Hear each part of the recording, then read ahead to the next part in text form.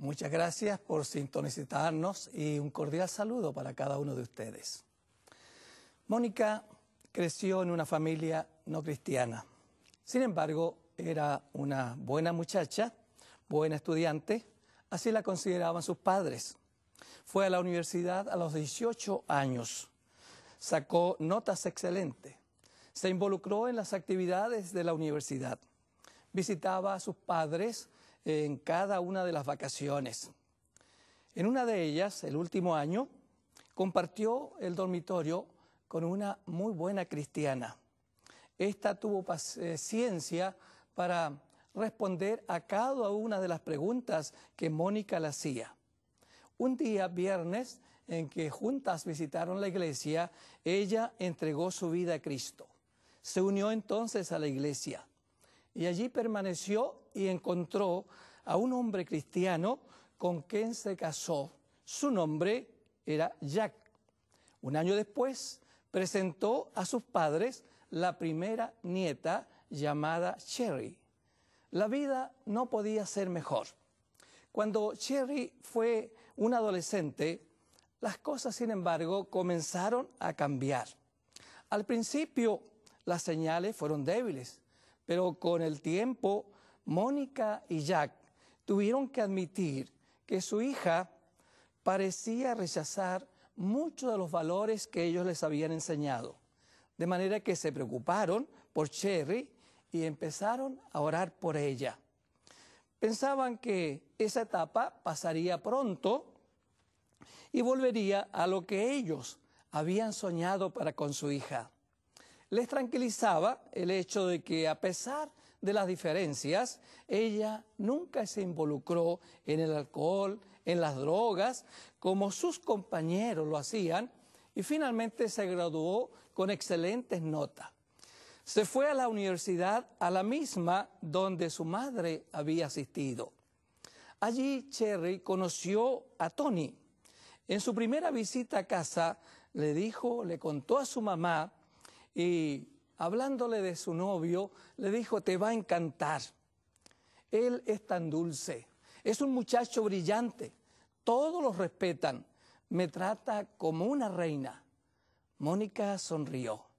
Estoy tan contenta por ti, le dijo, ¿y cuándo lo conoceremos? En realidad pensamos venir para las vacaciones de Navidad, respondió Cherry. Pero no por las 2 semanas, pues debemos compartir una semana con ustedes y otras semanas con los padres de Tony. Está estupenda la idea, dijo su madre. Solo dinos el tiempo, cuándo vendrás, avísanos con tiempo y tendremos las habitaciones de los invitados en condiciones. Por supuesto, mamá, respondió Cherry, aunque... Y luego respiró profundamente. Bueno, dijo, ¿habitación de invitados es realmente necesario? Pensaba que podíamos quedarnos en mi habitación los dos juntos. Los ojos de Mónica se abrieron. No seas tonta, no puedes hacer eso, no es correcto. Pensaba que ibas a decir eso, respondió Cherry. Ya le expliqué a Tony cómo pensaba papá y tú acerca de estas cosas. Pero no se preocupen, respetaremos sus sentimientos y dormiremos en cuartos separados mientras estemos aquí. El corazón de Mónica latió como un tambor. Mientras están aquí, ¿qué quiere decir con eso? ¿Quiere decir que vas a dormir con alguien que no es tu esposo? Ya lo hacemos, mamá, explicó pacientemente Cherry. Estamos enamorados. Mónica interrumpió. Espero que respeten la moral y los valores que te hemos enseñado. Los respeto, respondió Cherry. Por eso dormiremos en cuartos separados. Pero en la casa de Tony y en la escuela es diferente. Mónica sacudió la cabeza. ¿Me vas a decir que los padres de Tony no les molesta, no les afecta? No, mamá, no tienen inconveniente. Después de todo, todo el mundo no piensa de la misma manera. No todos tienen el punto de vista que tú tienes. ¿Sabes? Mónica sacudió la cabeza. Sé eso, dijo ella, y enjugando sus lágrimas, agregó, pensé que tú compartirías con nosotros nuestros valores. Sherry había caído presa de lo que hoy se conoce como la nueva tolerancia, un nuevo modo de pensar que tristemente está abarcando la mente de muchos jóvenes de nuestra nueva sociedad. En esta oportunidad quiero leer para ustedes un texto que aparece allí en el libro de las Crónicas. En el libro de las Crónicas, en el capítulo 12 y en el verso 32, dice de esta manera la palabra profética, la palabra de Dios. Dice de los hijos de Isaacar, 200 principales entendidos en los tiempos y que sabían lo que Israel debía hacer, cuyo dicho seguían todos sus hermanos. Es interesante que estas personas eran diferentes. Estos hijos de Isaacar conocían, dice la Sagrada Escritura, los tiempos. Es necesario que también nosotros hoy conozcamos los tiempos en que estamos viviendo. Los tiempos de hoy no son como los tiempos del pasado. Cuando nosotros vamos a la historia, encontramos de qué manera los distintos pensamientos, las distintas filosofías han ido influyendo en la manera de pensar de nuestra sociedad. Tristemente, el teísmo ético de nuestra cultura ha ido desapareciendo. ¿Qué quiero decir? Que el bien y el mal son absolutos e inmutables, y el que lo decide es Dios y lo comunica a los seres humanos. Este punto de vista acerca de la verdad y la moral fue la base de la civilización occidental, como lo expresa la Declaración de Independencia Americana, que dice que todos los hombres fueron creados iguales, que están dotados por su Creador con ciertos derechos innegables, entre los que están la vida, la libertad y la búsqueda de la felicidad. David Well escribió acerca de los profetas y los apóstoles de la siguiente manera: ellos tenían certeza acerca de la existencia, el carácter y los propósitos de Dios. Una certidumbre de la verdad que parece haberse perdido en la brillante luz del mundo moderno. Ellos estaban convencidos de que la revelación de Dios era verdadera. Verdadera en el sentido absoluto, no solo era verdadera para ellos o para aquellos tiempos. Lo que Dios había dado era verdadero, universal, absoluta y permanentemente. Pero las cosas hoy son diferentes. Ya no se piensa de la misma manera. Todo esto consecuencia a los cambios de pensamientos. Por ejemplo, vayamos al siglo XIV, XV, un periodo conocido como el Renacimiento. Este pensamiento comenzó en Italia y durante los 2 primeros siglos se extendió a toda Europa. ¿Cuáles eran las características de este pensamiento? Hubo en esa época grandes avances en la literatura, en el arte, la arquitectura, un cambio significativo en el pensamiento humano. Pero en contraste con la edad anterior, la Edad Media, en la cual el tema principal del arte, la literatura y la filosofía era glorificar y servir a Dios, los artistas y pensadores del Renacimiento exaltaron al ser humano. Este cambio dio comienzo a una doctrina llamada humanismo, la cual hacía énfasis en la dignidad y habilidad del ser humano. Él era el maestro del destino y la dependencia de los hombres y las mujeres ya no fue más de Dios, sino la fuente de la verdad y moral comenzó ahora en el ser humano y empezó a perderse los valores. Nace luego otro pensamiento filosófico que se conoce como el iluminismo o la era de la razón, que comenzó por allá por el siglo XVI, XVII, y que mientras el Renacimiento reconocía a Dios, muchos de los pensadores del iluminismo, como Voltaire, Descartes, decían que si había un Dios que había creado el mundo, él ya no tenía contacto con él mismo. Ahora, el ser humano debía valerse de sí mismo.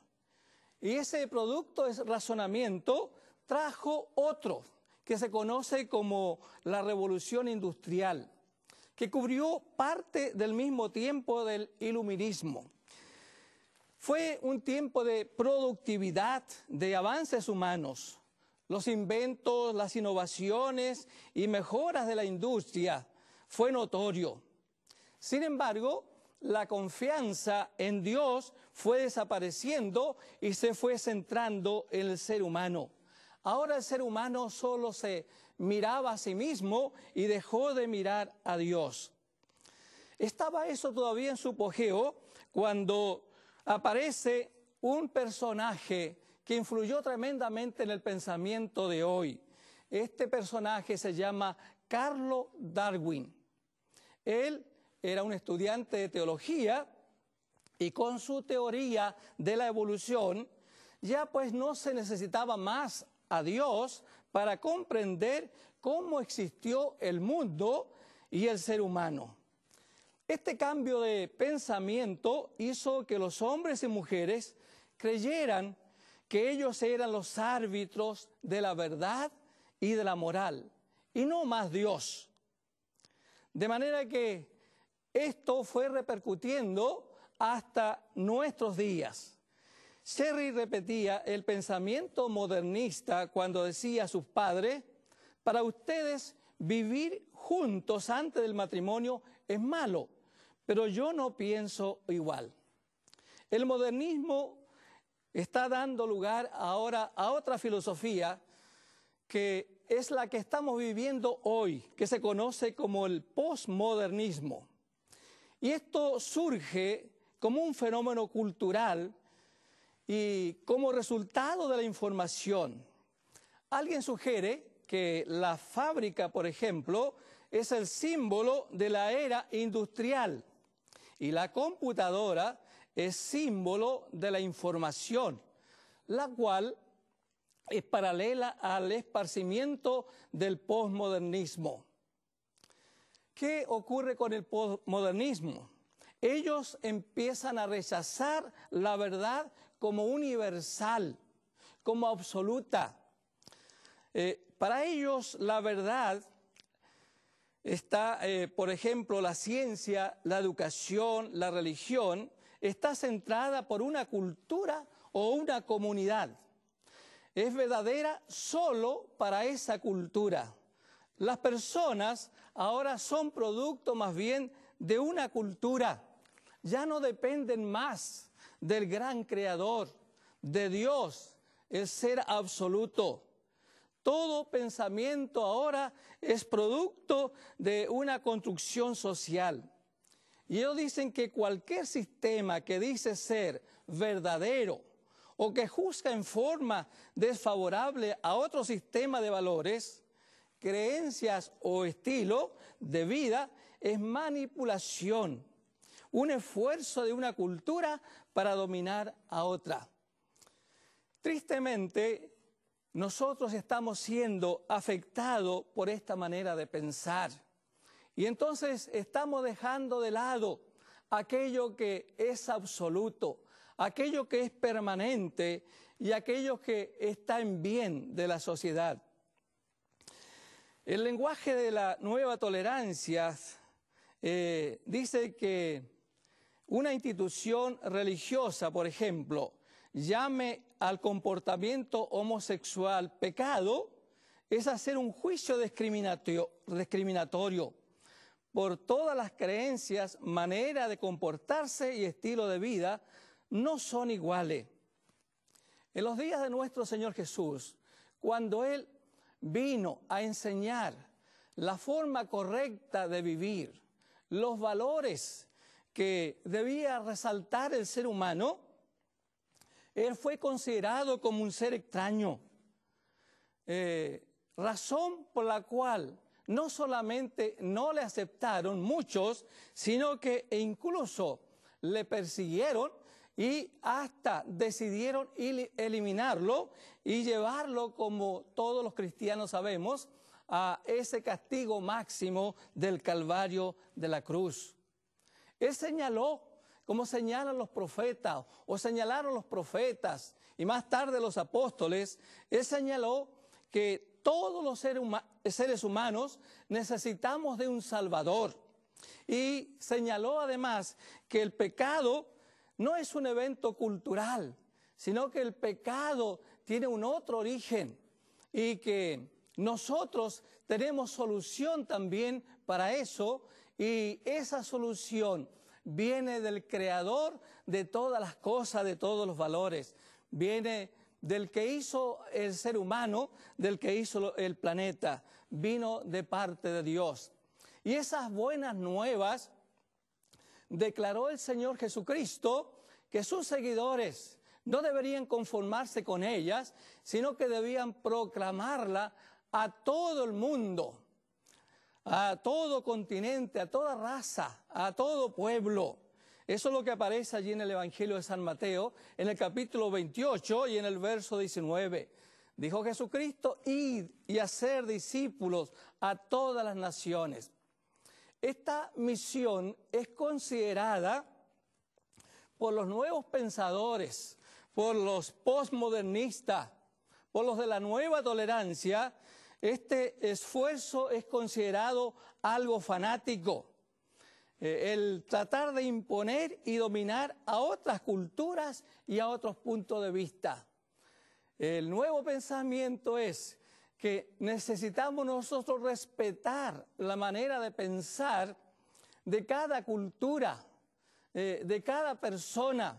Debemos ser tolerantes con ellos. Ese es el nuevo pensamiento. Y el hecho de que nosotros queramos llegar con estas buenas nuevas del Evangelio, las buenas nuevas presentadas por el Señor Jesús, presentadas por los profetas, por los apóstoles, estas buenas nuevas, pues nosotros no debiéramos hacerlo. ¿Saben ustedes, por ejemplo, que en Brasil y en Guatemala han declarado ilegal que los cristianos de aquel lugar compartan el Evangelio con los nativos? Una acción que ha sido incluso apoyada por las Naciones Unidas. Todo esto, pues, nos da a nosotros que pensar. Esto nos lleva a nosotros a pensar en nuestros valores, en los momentos en que estamos viviendo. Decía el texto que leímos al iniciar la reflexión, que los hijos de Isaacar, ellos eran conocedores de los tiempos. Nosotros hoy también necesitamos conocer los tiempos para entender esos cambios de pensamiento, a fin de que podamos asumir también una actitud correcta. Y repito, la actitud correcta viene pues desde el principio, desde el comienzo, cuando nuestros fundadores de la iglesia cristiana nos enseñaron estos valores que vienen de Cristo, que vienen de Dios, que vienen de su santa palabra. Hoy nuestro mundo, nuestra civilización necesita, como antes, de los mismos mensajes que Jesucristo predicara cuando estuvo aquí en esta tierra. Tristemente, hoy no todos están sintiendo esta misma necesidad. Es extraño, por ejemplo, que en algunos lugares, como allí en Texas, por ejemplo, el 5 de mayo de 1995, el juez Samuel B. Kent, él decidió que cualquier estudiante que mencionara el nombre de Jesús en una oración de graduación fuera multado o sentenciado a 6 meses de cárcel.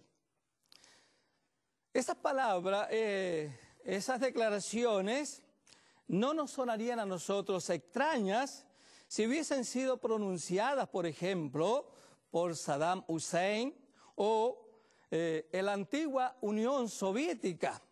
Pero, ¿cómo puede suceder tal cosa en este país, en los Estados Unidos de Norteamérica, en la tierra de libertad, el hogar de la primera enmienda, en donde tenemos la libertad de expresarnos, la libertad de compartir aquello que llena nuestro corazón, que llena nuestro ser?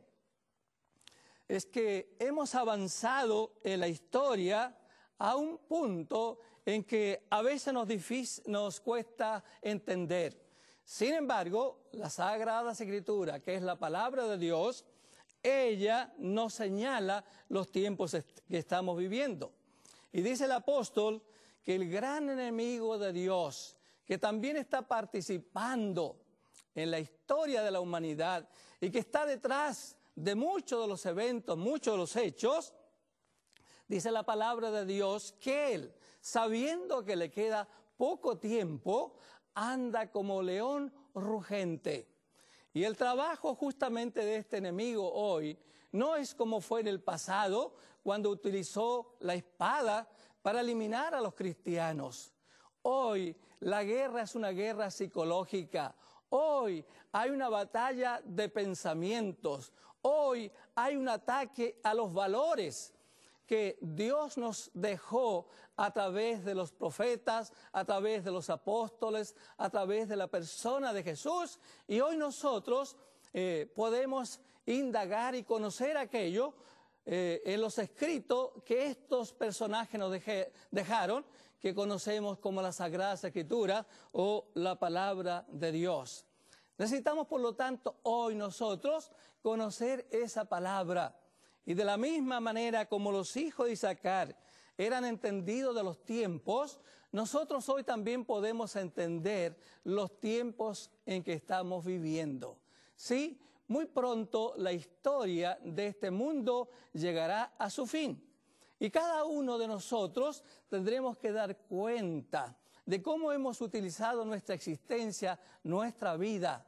Razón por la que necesitamos conocer los tiempos, necesitamos conocer nuestra conducta, de qué manera debemos nosotros comportarnos, qué es en verdad lo correcto, cuál es la manera más apropiada de vivir, cuál es la manera más hermosa de disfrutar la vida. Jesucristo dijo: yo he venido para que tengan vida y para que la tengan en abundancia.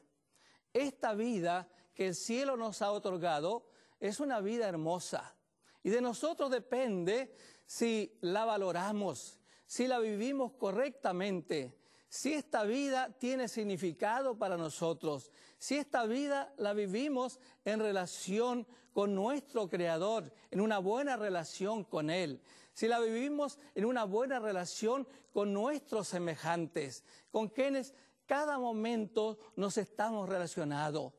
Ojalá que nosotros seamos esa clase de personas, que podamos entender los tiempos y que sepamos también de qué manera debemos en realidad vivir.